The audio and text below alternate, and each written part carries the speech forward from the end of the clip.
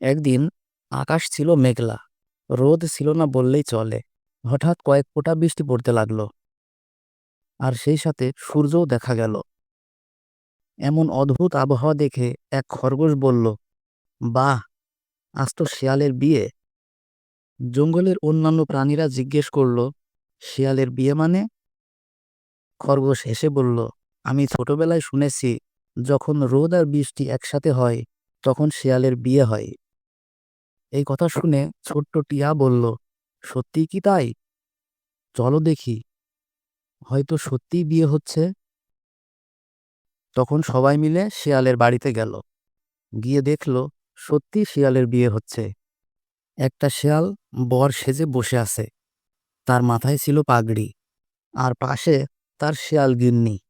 সবাই অবাক হয়ে গেল। শিয়াল হেসে বলল, আজ আমার বিয়ে, সবার নিমন্ত্রণ রইল। জঙ্গলের প্রাণীরা আনন্দ করতে লাগলো। বিয়ে হলো খুব জাঁকজমকভাবে, কিন্তু আসল ঘটনা ছিল ভিন্ন। শিয়াল জানতো, আজকের আবহাওয়ায় সবাই ভাববে শিয়ালের বিয়ে হচ্ছে। তাই সে এই মজার পরিকল্পনা করেছিল, যাতে করে সবাই একটু মজা পায়। শিয়াল বলল, এই বিয়ে আসল নয়, শুধু আনন্দ করার অজুহাত মাত্র। সবাই হেসে উঠল আর বলল, তুমি না থাকলে এত মজা হতো না।